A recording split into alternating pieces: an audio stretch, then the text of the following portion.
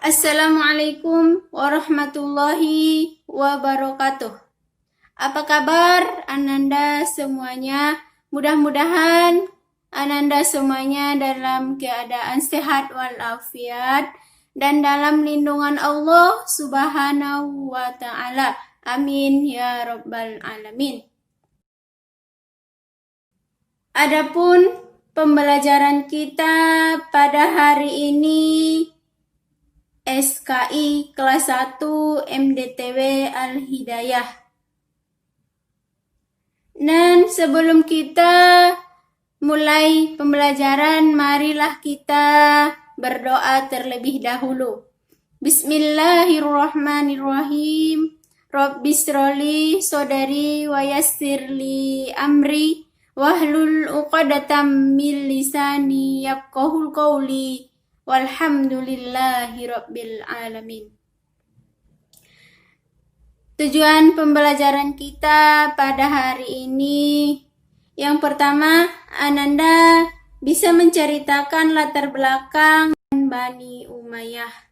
Yang kedua, Ananda bisa menjelaskan faktor-faktor yang mendorong berdirinya kekhalifahan Bani Umayyah. Dan adapun latar belakang berdirinya Daulah Bani Umayyah. Bani Umayyah berasal dari nama Umayyah ibnu Abdi Syam ibnu Abdi Manaf, salah satu pemimpin dari kabilah Quraisy yang memiliki cukup unsur untuk berkuasa di zaman jahiliyah, yakni keluarga bangsawan, cukup kekayaan, dan mempunyai 10 orang putra.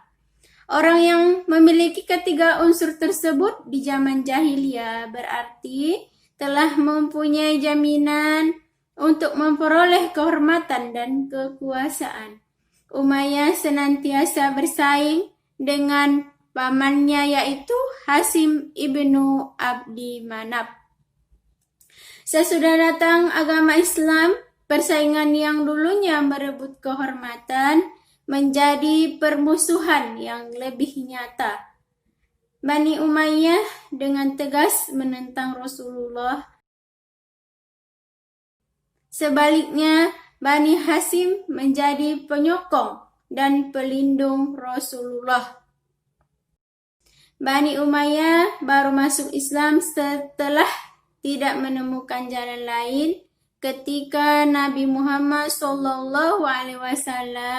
dengan beribu pasukan menyerbu masuk ke Makkah.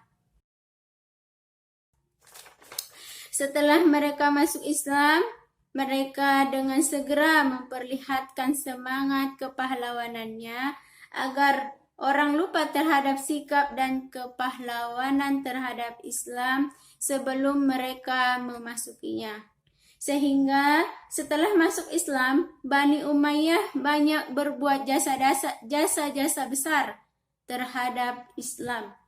Bani Umayyah merupakan awal kekuasaan dari berakhirnya masa Khulafaur Rasyidin. Dengan dimulainya kekuasaan Bani Umayyah, maka dimulailah semangat politik Islam.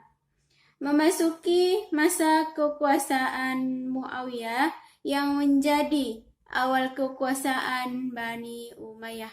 Pemerintah yang dulunya bersifat demokratis akhirnya berubah menjadi monarkis heredatis atau kerajaan yang turun-temurun.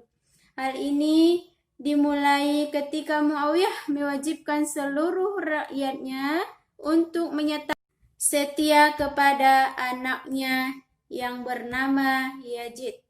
Dia tetap menggunakan istilah khalifah, namun memberikan interpretasi baru dari kata-kata itu untuk mengagungkan jabatan tersebut, yakni dengan menyebut khalifah Allah, yaitu penguasa yang dianggap oleh Allah.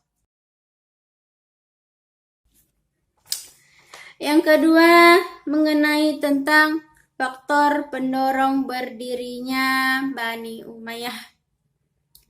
Sebagai muslimin tidak menyetujui kepemimpinan Ali bin Abu Thalib, terutama Muawiyah, yang sangat tidak menyetujui kepemimpinan Ali bin Abi Thalib. Muawiyah memanfaatkan semua mantan pejabat pada masa Utsman bin Affan dan masyarakat untuk tidak menyetujui Ali bin Abu Thalib.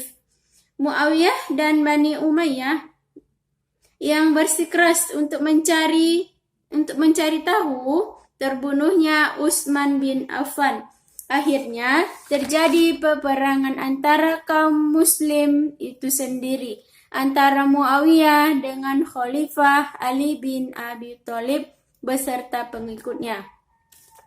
Perang tersebut berakhir dengan perdamaian bersyarat. Tidak lama kemudian, Khalifah Ali bin Abi Thalib itu dibunuh oleh Abdurrahman ibn Muljam pada saat sholat subuh. Kepemimpinan pun diganti oleh Hasan, anak dari Khalifah sendiri. Namun, kepemimpinan tersebut tidak lama karena selalu ditekan oleh Muawiyah. Akhirnya, Hasan memberikan kepemimpinan tersebut ke Muawiyah. Muawiyah pun kembali ke kota Damaskus yang dijadikan tempat pemerintahan kerajaan Daulah Bani Umayyah. Itulah penjelasan mengenai latar belakang dan faktor pendorong berdirinya Daulah Bani Umayyah. Demikian pembelajaran kita pada hari ini. Ibu harap Ananda bisa memahami apa yang telah Ibu jelaskan mengenai sejarah Bani Umayyah. Terima kasih. Assalamualaikum warahmatullahi wabarakatuh.